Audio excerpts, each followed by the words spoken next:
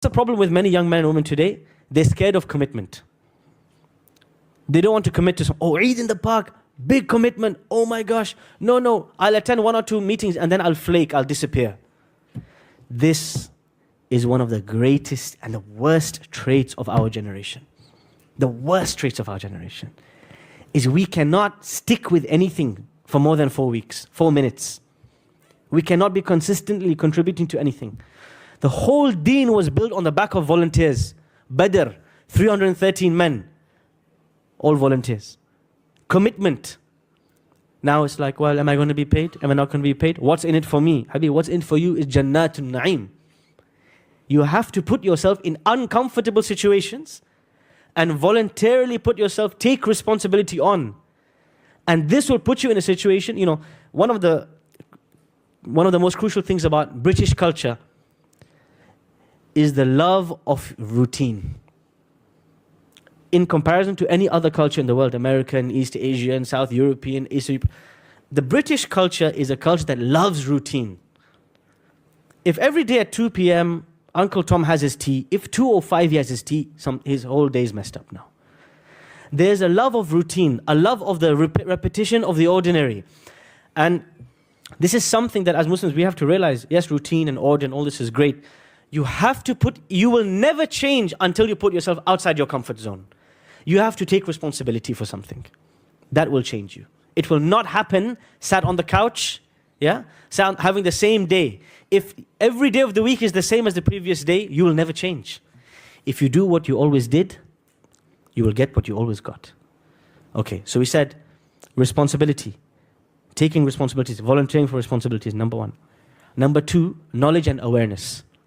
If you sit down, you evaluate yourself. I have an anger problem. I have an anger problem. Go and find out all the ahadith and ayat related to anger and its harms and its punishment and its consequences. If you, for example, evaluate yourself, for example, me, I'm a very lazy person.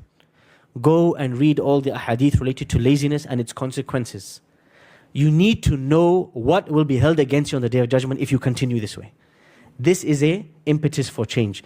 One of the beautiful things that was suggested by Sheikh Muhammad Al-Hassan Walid Ad-Dadu, the Mauritanian scholar, he said, if you are struggling with some particular quality, whether it's anger or patience or sincerity, whatever it may be, he said, write all the ayat and ahadith about this on a paper and put it in your pocket. And after every salah, take it out and read it. Let's say you're somebody who talks too much like me.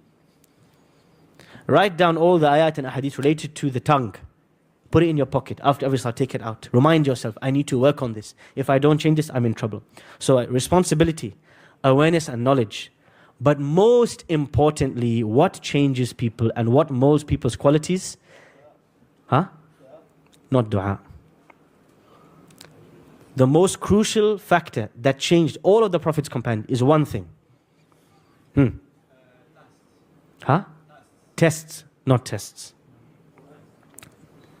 If I say not the Quran, I'm in trouble. The Quran in a more specific, it is suhbah, companionship. You see, the companions, they didn't just hear the Quran. They were companions of the walking Quran. A person is usually the average of the 5 people who they spend most of their time with.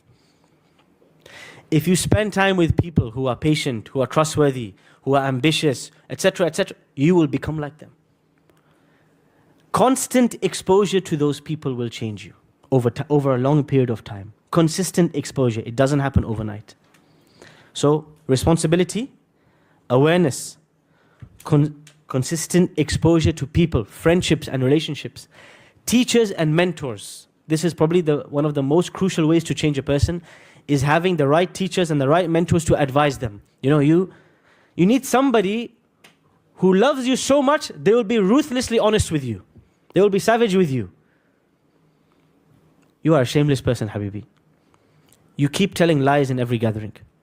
I heard you backbite 4 times in the last 2 weeks. You have to change this.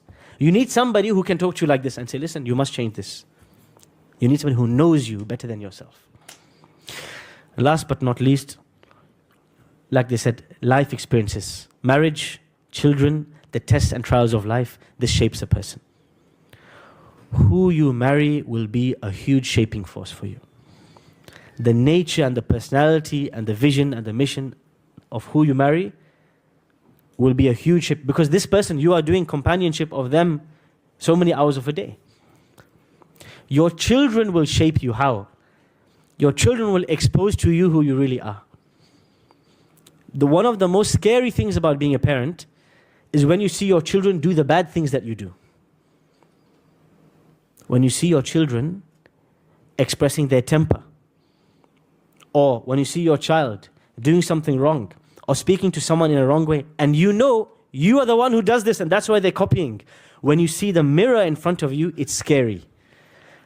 And this is why one of the great things that will accelerate your personal development, the development of your character, is becoming a parent and taking on responsibility. Nowadays, somebody gets married. No, it's the most taboo topic in the world, right? They say, oh, don't be an auntie. Why? Oh, the aunties always ask, when are you going to have children?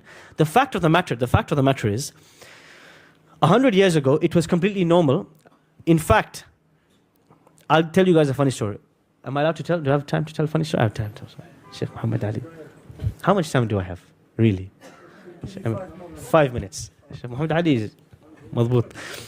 I was in a village in the northeast of the UK. And I happened to be in a shop that was selling used items. And I saw on the floor a tray with a whole pile of old Methodist Bibles. So, oh, interesting. The sacred scriptures on the floor. Why did they do that? Why did they, why is somebody doing that? So, I'm looking around. I'm seeing what's going on here. And I forgot my original point. What was the point I was trying to make? Wallah, I'm tired, guys. Today's not the day. A marriage. Okay, good. Yeah, let me come to marriage. So I opened one of the Methodist bars. Wallah, اليوم أتعبتني. أحتاج Somali شاي. I need Somali tea after this. Okay. Yes. There's an open air museum in the northeast near Durham in the UK. So they tell you about the lives of these people. So I'm looking, these Bibles are on the floor. I'm thinking, why did they throw them on the floor? I picked up one, Introduction to the author. The founder of the Methodist movement, I forgot his name, John Wesley, something like this. He was born in a family of 34 children. Not a long time ago, 150 years ago. It was normal to be born in a family of 34 children. Today, somebody gets married.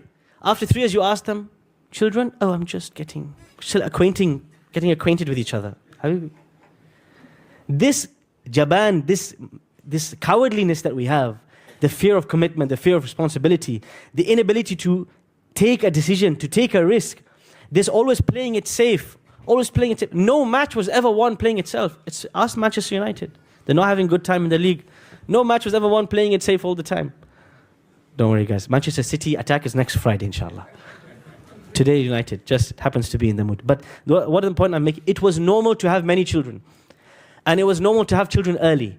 But we're now in a generation where everybody's scared to take risks, scared for commitment. They're terrified.